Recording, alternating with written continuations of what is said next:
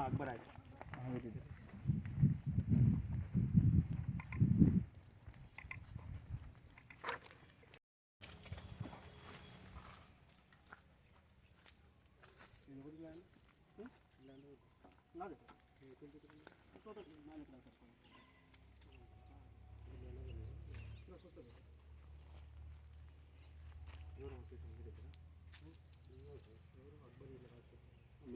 రాత్రి 12 గంటలకు వాళ్ళు వచ్చారు సార్ కార్లో.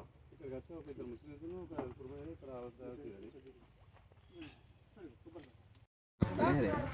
ఇలా పొద్దున మా వాళ్ళు రాత్రి ఏదో క్షుద్ర పూజలు జరుగుతారని మీ భూమి కాడని చెప్పి నాకు ఇంటిమేషన్ ఇస్తే నేను భూమి బావి వద్దకి మీడియా వాళ్ళని తీసుకొని రావడం జరిగింది. అసలు ఏం జరిగిందని చూసేవారికి ఇక్కడ కుంకుమ, తర్వాత ఏంటంటే కొబ్బరికాయలు, మందు సీసలు, అగరబత్తీలు, అగ్గిపెట్టెలు, దీపాలు అక్రమంగా టోటల్గా తవ్వినది.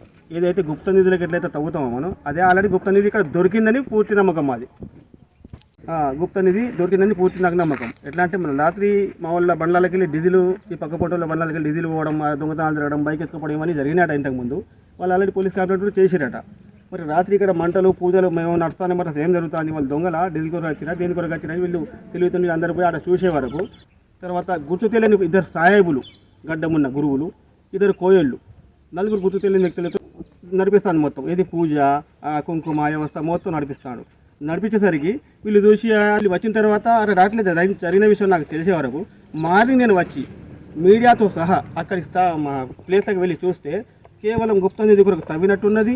అక్కడ దీపం వెలిగింది ఉన్నది, అక్కడ కొబ్బరికాయలు ఉన్నాయి, మందు బాటిళ్ళు ఉన్నాయి, తర్వాత ఏంటంటే ఆర్తికపురం ఉన్నది, కుంకుమ. ఇవన్నీ దేని కొరకు? మరి ఎంత గుప్త నిధి తవ్వుకపోయారు వీళ్ళు? వాస్తవంగా వాళ్ళు గుప్త నిధి తవ్వుకొని పోయినరు. పోలీసులకు నేను ఇలా ఫిర్యాదు చేయడం జరిగింది. దీని మీద ఏం చర్య తీసుకుంటారో ఏం చేస్తారో చూద్దాం ఇక.